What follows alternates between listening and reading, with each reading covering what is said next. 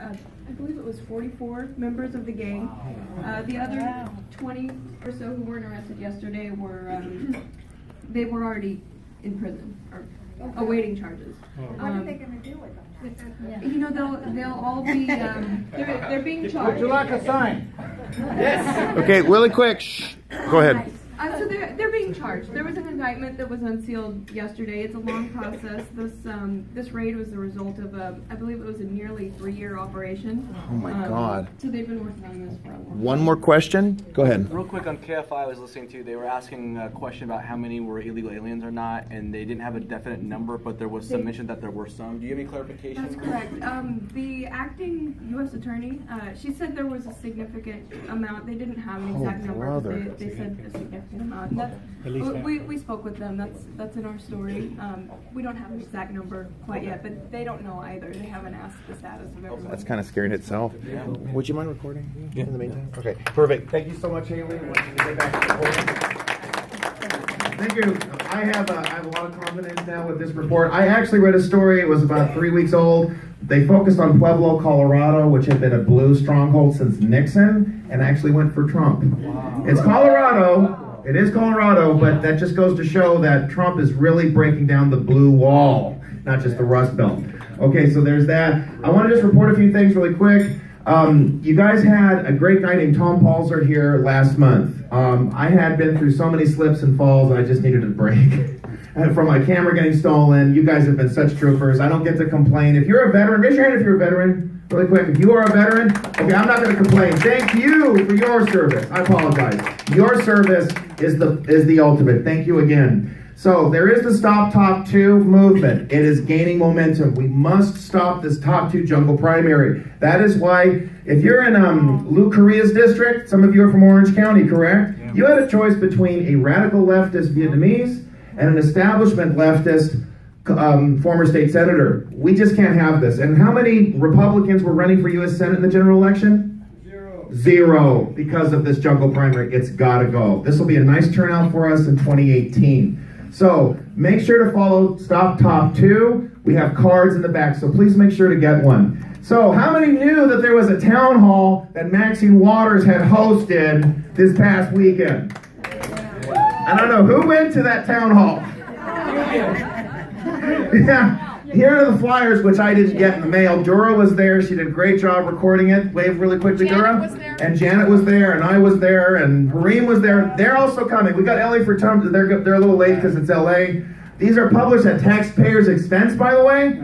And this taxpayer was thrown out for no good reason. And it was even worse for Hareem and a friend of mine named Jesse Suave. He drove all the way from Walnut, okay, up there in the northeastern part of the state, county. So that went full blast. Omar, who is running for Congress, not only got a lot of credit out of it, we got a lot of feedback. It supported us. So even if I didn't say anything, a lot of people got to see even better. She looked really bad. She got triggered. We went to her house. That poster was front row center in front of her mansion. Someone hold the poster up really quick so people can see it. Yeah, Daryl will do it. So Maxine Waters, go to hell. I think it's time to give her a taste of her own medicine, because she had said the Tea Party can go straight to hell, and she never apologized for it. So I said, well, maybe you should go to hell. And a lot of people feel that way too. She lives in a $4.3 million mansion, while the unemployment is an average of 20% in her district, which she does not live in. So Omar is getting incredible coverage nationally, social media. People in the district are warming up to help him out. So she's getting scared. Let's just put it that way. So that was really exciting. Hope you had a chance to see that. How many know who this guy is? Kevin De Leon. Fuera. So he had an event at UC Riverside. How many of you were at that event? You guys need to start coming with us, and we let you know. I send out e-blasts to the team so you know about this. How much fun we have. And we had so much fun. You know, I was always the good boy in school, but I didn't have to be a good boy that day. And we shouted them down when they lied, because we don't disrupt. But when they lie, we will not sit silently. When they tell illegal aliens that you have constitutional rights, hell no. That is a lie. It is a brazen lie, and we cannot allow the corruption of our national charter. We call that out. The guests at that meeting included a man who had been convicted of voter fraud. Wow. And he is now a protege with the state Senate President Pro Tem. The same guy who said, my family they have to use fake IDs and they have to steal social security numbers just to survive. The same guy. This is what we're dealing with. But the good news already. This bill has, for greater intents and purposes, stalled. We have some real opportunity to kill this thing. And I called the Rules Committee last week, and they haven't given it a date yet to assign it. Still being held at the desk. Held at the desk. You need to call. Who has the Senator De Leon's phone numbers? April 4th. It's been held at the desk. Get it, Mike. Get it. Right here. These are the numbers to call. We went to his LA office a few days ago. So he likes to have borders, but we're not supposed to have borders. His staffers told us to get out of the office and wouldn't even tell us when the hours for its closing. We stayed there and expected an answer, and then they called the police on us. But they don't deal with the illegals here. This is how crazy it's become. Take a picture of this, make sure you share it, you tweet it, you do everything short of screaming it and then burning it on somebody's flesh. We need to do this. De Leon, and here's something else I want to do.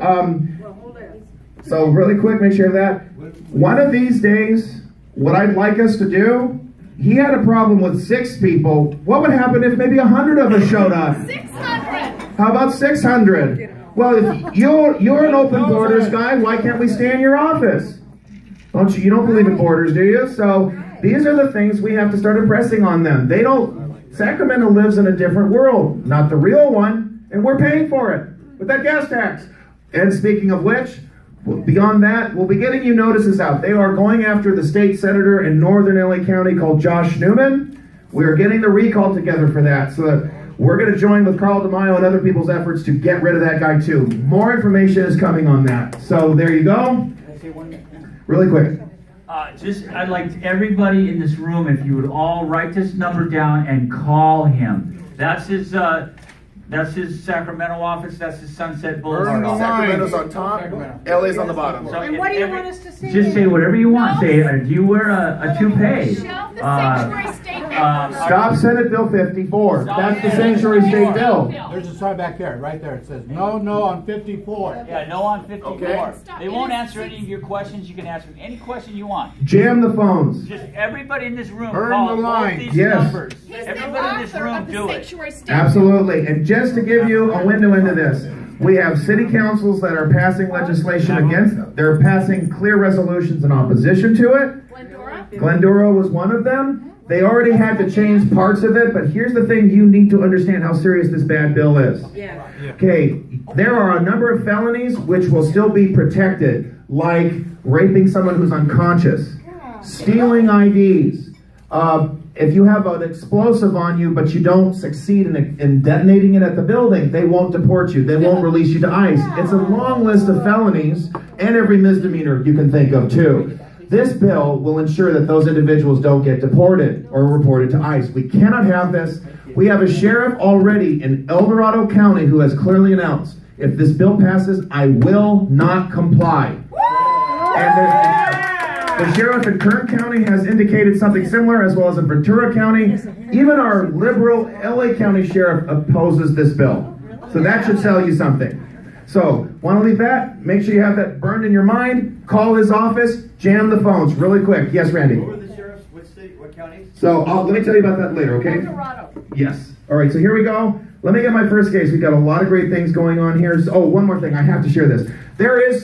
We have to recognize that the Democratic Party is now the Communist Party. Does anybody disagree with me on that? They are totally communistic. They support the destruction of marriage, the destruction of life, removing all sexual mores, other cultural mores, pushing them aside, taxing the rich and funding the poor to stay poor, open borders. You can look at the Communist Manifesto from 1963, and they have checked off every single one. But here's good news. I saw this today. I cried when I saw this for joy. There was a bill in the state assembly passed from an Alameda County Democrat. Alameda County is bluer than San Francisco. It's bad. Barbara Lee, bad. She represents that area. So this was a bill that would allow card-carrying communists to serve in the state government again. The author pulled the bill yesterday. And who led the fight for that? The Vietnamese community in Southern California who fled from commie regimes that killed millions, and the Vietnam veterans. We are harnessing power in this state again. We are not going to embrace or permit communism to have a chokehold in our state. It's called loosening the grip, and it just happened yesterday. So with that, I'm going to get my long line of guests. You got about 3 to 5. Let me start with a gentleman named Joseph Turner. Okay. He can give a better intro than I ever could. Please give him a hand. I'll start with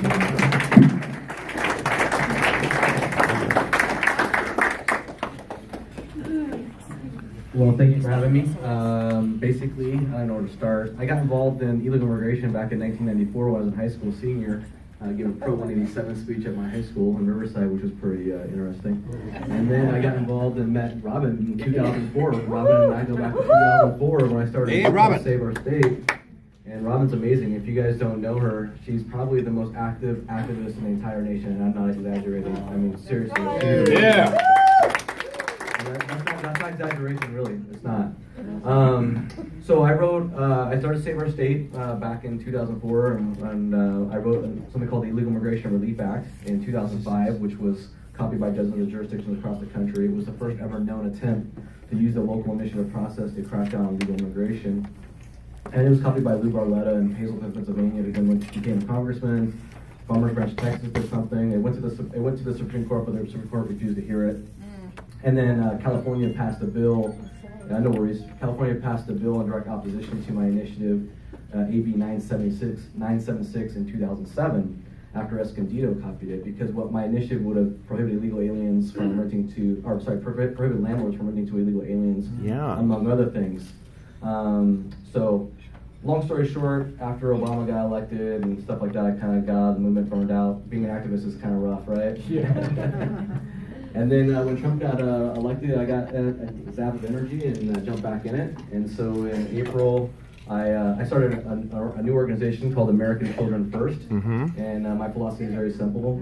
You can't put America first if you're putting American children second. That's right. And things like DACA put American children second. Oh, and so I filed an initiative in the Yucaipa-Calamasa School District in April that would have prohibited illegal aliens from attending K-12 education, and also required the parents of anchor baby citizens to pay a non-resident tuition fee. Now, it's got held up on some political mumbo-jumbo, and that's another story, and maybe we'll tackle it in another way soon. I got some other ideas in my mind.